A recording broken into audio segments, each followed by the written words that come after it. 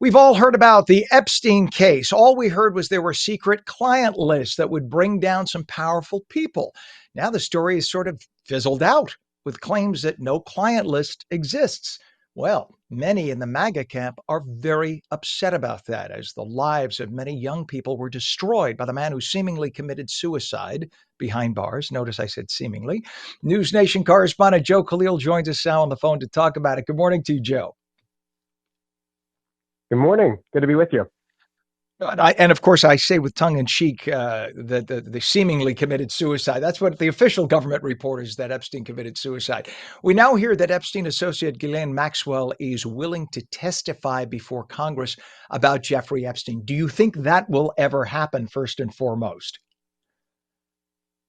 That's a really interesting prospect. We did hear that yesterday. I haven't heard much in the way of members of Congress actually trying to make this happen. I did actually reach out to some of the committees where you'd expect this to happen. House Oversight Committee, for example. I hadn't heard anything back yet officially.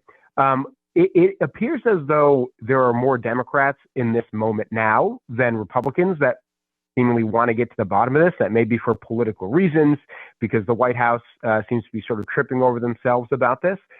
So it may be that you might have to wait and see if potentially Democrats win the House in 26. That might be something they would be interested in. But there certainly are a lot of Republicans who are also asking the questions everyone else is asking and wanting to see more transparency on that. So if she does testify, obviously that would be a bombshell moment for sure. Yeah. I mean, look, you had Dan Bongino before he was the deputy director of the FBI saying that there's a client list. We got to get to the bottom of this. We have to expose these people. Then he gets in, and the first thing he says, well, look, I looked at it, and, this was definitely a suicide. And, when he was a talk show host, you heard exactly the opposite. Now, maybe it was just a lot of bombacity on his part because of what he did for a living.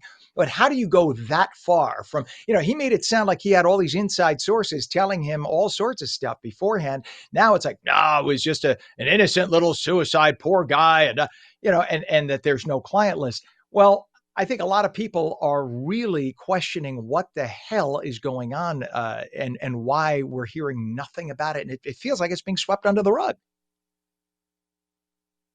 I mean, and then people are right to be frustrated by that. Look, I mean, I'm not in a position to know for certain what's going on here. Nobody seemingly is outside of the White House and who has these files.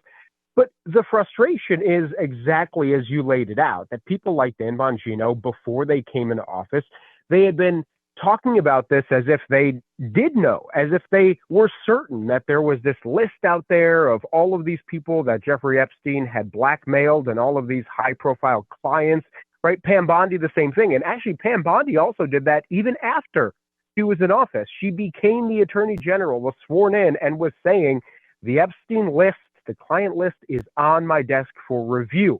Now, later, last week, she clarified that, and she said, actually, what I meant was all of the files are on my desk for review. And then she since said no more are going to be released, and he did kill himself, and there is no client list. It doesn't exist. So, the Democratic House leader, Hakeem Jeffries, yesterday, we were at his press conference. He laid it out two ways. He's like, either there was a massive lie and this sort of conspiracy theory that was being spread beforehand, which is wrong. And, he says, was used for political purposes to make up this lie about the Epstein list. Or the alternative is they're covering something up now, and it actually does exist. It sort of has to be one of those two things. And if it is the first one, it does sort of speak to the larger problem we have over the last 10 years or so, where you've got lawmakers, you've got officials that are sort of not held to account for all of the sort of conspiracy theories or things they push without any evidence at all. And it seems like if that is what happened, and there actually never was this client list, then it really is coming back to bite them now. But it's hard to say for certain whether it's option A or option B, as Leader Jeffries laid out. Joe, here's the thing, though. For years, they've already released lists of people, FAA lists, people who flew on the Lolita Express, as they called it, right? So we know that people got Yeah. on the plane and went to his private island. And these are Yeah. powerful, wealthy people. They didn't need to get a free vacation, and they didn't go, they went without their spouses. So why would you go without your spouse to an island in the middle of nowhere on a private jet when, if you wanted to go on a nice vacation, you have the money and the means and the wife?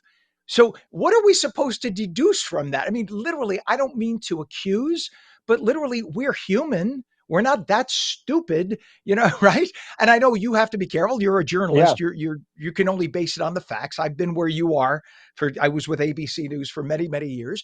But they assume we're all going to say, "Okie doke, that's that." There was nothing to that. Oh, that just, of course, that's where the conspiracy theorists come up. And I'm not going to persuade you to go into the conspiracy area, but I'll go there. Many of the conspiracy theorists are saying, well, maybe this was a federal government thing. Maybe we wanted to get powerful leaders from around the world caught on videotape with underage girls so that if they don't do what we say, then we could bribe them. I mean, that's what one theory was floated out there, but there's no evidence of that. So the question is this literally going to just die where it is? And if that's the case, will that be a chink in the MAGA armor? Will that cause some people to split from the MAGA camp? Well, I don't know if it's going to cause a split, but it's already causing probably the most serious divide than I've ever seen. And this is not a scientific way to base this, but when you look at President Trump's Truth Social posts, usually the comments there are just full of Trump worship. And when he's posting about, let's just leave the Epstein case alone and turn the page, the responses from his own base, they are not happy. They are frustrated. They're confused. They're really upset about this. I don't think it's going away when you got voices like Charlie Kirk and Tucker Carlson and all of these, what you might call like MAGA superstar, high profile types, not letting this go. They're all really, really frustrated by this. So I think it is going to be a problem. And to your earlier point, let's assume for the argument's sake that, again, there was never any quote unquote client list or blackmail list. You're right.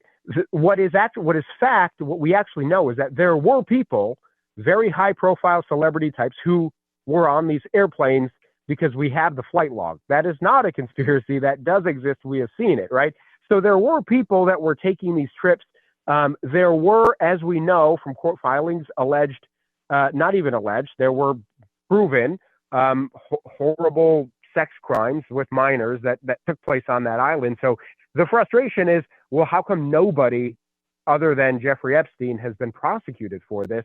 And I think that is frustrating enough because it's this idea that if you're rich and you're powerful and you're elite, that you don't get held accountable. And that anger, that pisses people off enough where I think that has staying power. Yeah, indeed. All right, we are running out of time here. News Nation, for everybody who doesn't realize, News Nation is America's fastest growing cable network. It's one of my favorite news channels. I check you guys out all the time. We thank them and we thank you, Joe Khalil, for joining us this morning. Come back anytime. Very sharp man, and we appreciate your time this morning. Thank you so much. Good to be with you. You bet, Joe. Have a great day, my friend.